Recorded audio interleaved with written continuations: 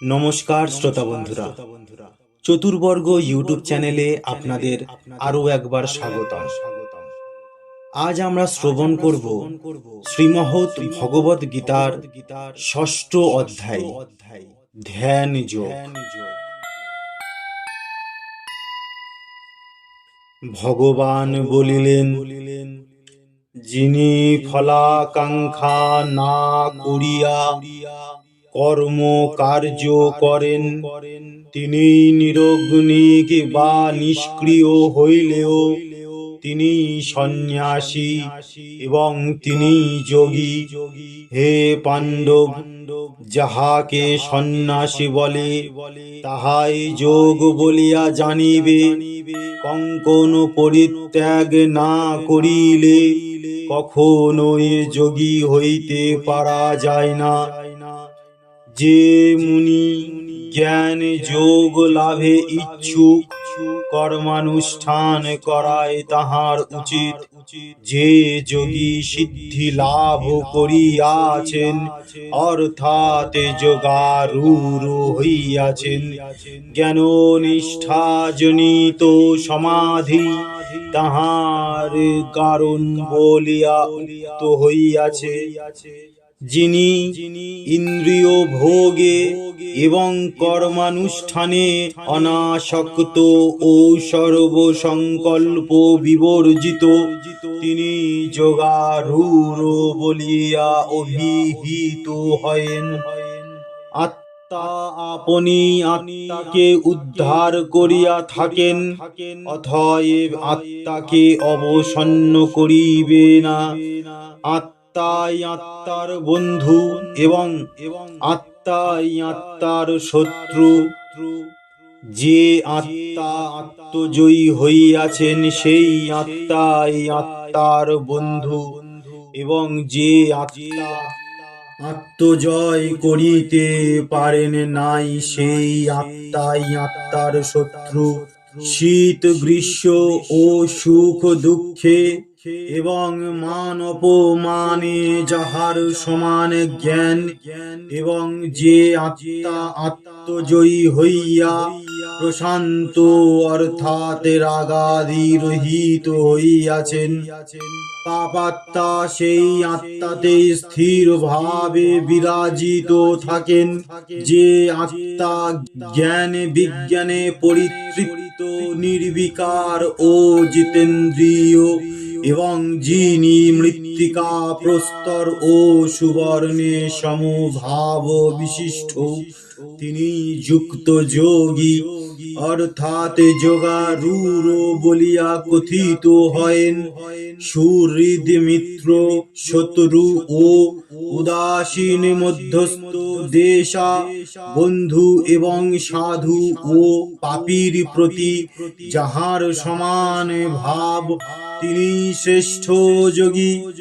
যোগী জন সর্বক্ষণ একাকী নির্জন স্থানে অবস্থান করত, আশা ও পরিগ্রহ পরিত্যাগ পুরুষর আত্মজয়ী হইবেন। পবিত্র প্রদেশে স্থির ভাবে আপন আসন সংস্থাপন পূর্বক তদুপরি কুশাসন, মৃগচর্ম এবং বস্ত্র আচ্ছাদন করিবেন। উক্ত আসন যেন অতিশয় উচ্চ বা নিতান্ত নিম্নতর না হয়। এই রূপ আসনে উপবিষ্ট হইয়া জ্ঞাননিষ্ঠ যোগী পুরুষ একাগ্রমন, ইন্দ্রিয় ও কামনা জয় পূর্বক আত্মশুদ্ধির নিমিত্ত সমাধি অভ্যাস করিতে থাকিবেন। অভ্যাসী ব্যক্তি যত্ন সহকারে শরীর, মস্তক ও গ্রীবা সমভাবে স্থির রাখিয়া নাসাগ্রভাগ দর্শন করিবে, অন্যদিকে দৃষ্টিপাত করিবে না। তাহার পর প্রশান্তাত্মত্বকরণ ও নির্ভয় হইয়া ব্রহ্মচর্য অবলম্বন পূর্বক মনোসংযত করিয়া মত পরায়ণ ও মদেক চিত্ত হইয়া স্থির মনে সমাধি অভ্যাস করিবে। নিরুদ্ধ মনা সংযত চিত্ত মদাত্মা যোগী পুরুষ নির্বাণ মুক্তি স্বরূপ পরমা শান্তি অর্থাৎ আমাকেই প্রাপ্ত হইয়া থাকেন। কিন্তু হে অর্জুন, যিনি অত্যন্ত ভোজনশীল কি অনশন ব্রতধারী এবং যিনি অতিশয় নিদ্রালু কি নিদ্রাহীন, তাহারা কখনোই যোগাভ্যাসে সিদ্ধকাম হইতে পারেন না। যিনি পরিমিত আহার ও নিয়মিত বিহার করেন এবং যিনি নিয়মিত রূপে ইষ্ট চেষ্টা ও কর্মানুষ্ঠান করেন আর নিয়মিত নিদ্রিত বা জাগ্রত থাকেন, সমাধি অভ্যাসে তাহার কোনো দুঃখ বোধ হয় না। যখন চিত্ত সংযত হইয়া আত্মাতে অবস্থিত করিতে থাকে এবং যখন কোনো বিষয়ের কামনা ও বাসনা না থাকে, তখনই যোগীর সিদ্ধি লাভ হইয়া থাকে। সংযতাত্মা যোগীর চিত্ত নির্বাত স্থান স্থিত দীপশিখার ন্যায় নিশ্চল থাকে। সেই অবস্থায় যোগাভ্যাস দ্বারা চিত্ত শুদ্ধি হইয়া শান্তি লাভ হয়, আর সেই অবস্থাতেই যোগীর পবিত্র হৃদয়ে ব্রহ্মদর্শন সংগঠন হইয়া অপার আনন্দ অনুভূত হয়। সেই অবস্থায় ইন্দ্রিয়ের ও বুদ্ধির অতীত সুখ বোধ হইতে থাকে। এই অবস্থায় অবস্থিত হইলে যোগীর আত্মা আর কিছুতেই বিচলিত হয়েন না। এই অবস্থা লাভ করিলে যোগী আর কোনো লাভকেই অধিকতর বলিয়া মনে করেন না। এই অবস্থায় অবস্থিত হইলে কোনো গুরুতর দুঃখেও যোগী বিচলিত হয়েন না। এই রূপ অবস্থাকেই যোগ বলা হয়।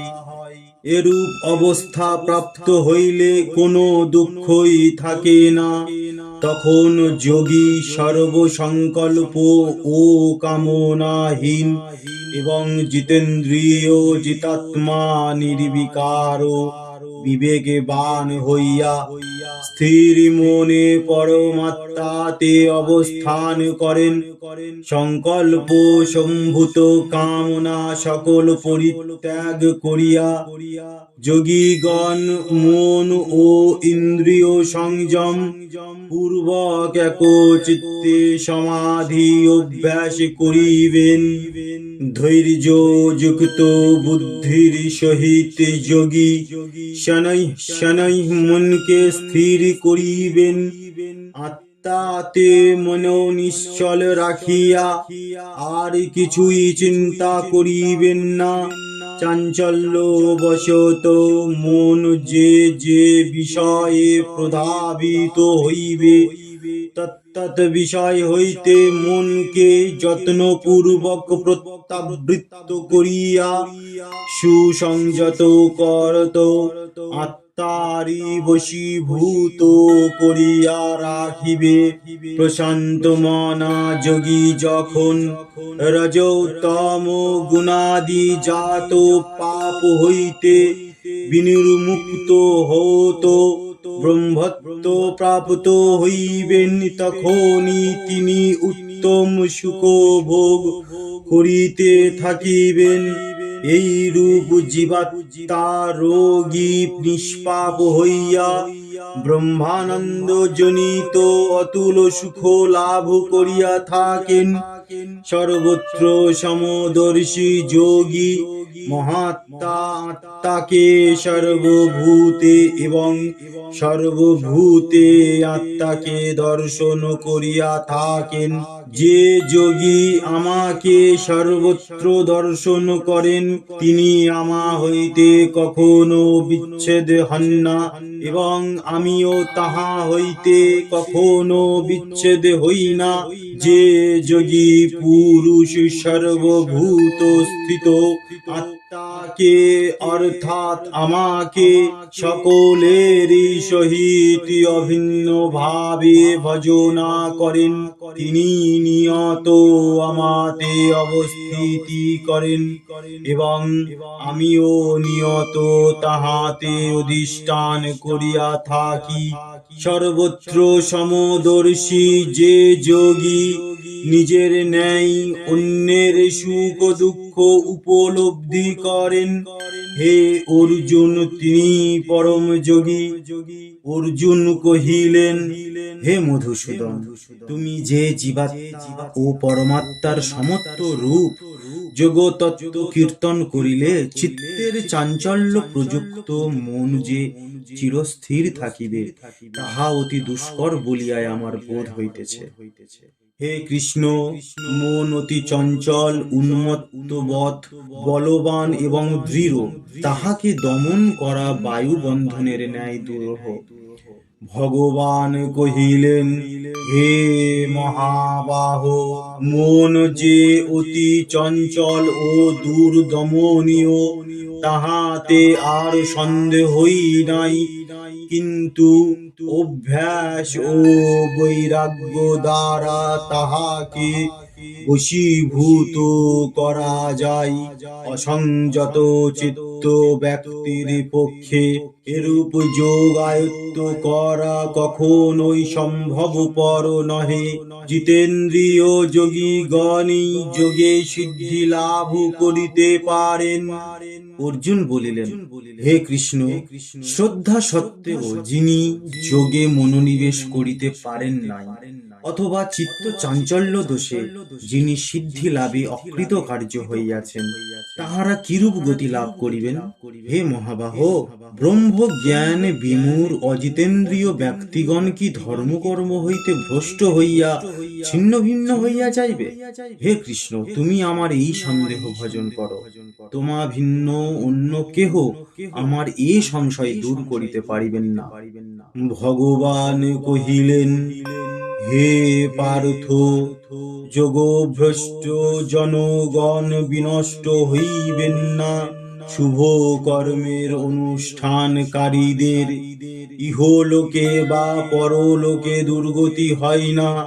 ভ্রষ্ট যোগীগণ স্বস্বকৃত পুণ্য ফলে স্বর্গাদি লাভ করিয়া বহুকাল তথায় বাস করেন। পরে ভূমণ্ডলে পবিত্র ধনবান দিগের গৃহে জন্ম গ্রহণ করিয়া থাকেন, অথবা যোগনিষ্ঠ জ্ঞানী গণের বংশে জন্ম লাভ করেন। জগতে এরূপ জন্ম অতীব দুর্লভ। হে কুরুনন্দন, তাহারা অর্থাৎ যোগভ্রষ্ট পুণ্যাত্মাগণ পূর্বজন্মের সংস্কার অনুসারে সুদবুদ্ধি প্রাপ্ত হওত অধিকতর যত্নের সহিত ধর্মে কর্মে নিযুক্ত হয়েন। পূর্বের এই সংস্কার প্রযুক্ত তাহাদের আপনা হইতেই ধর্মে প্রবৃত্তি জন্মে।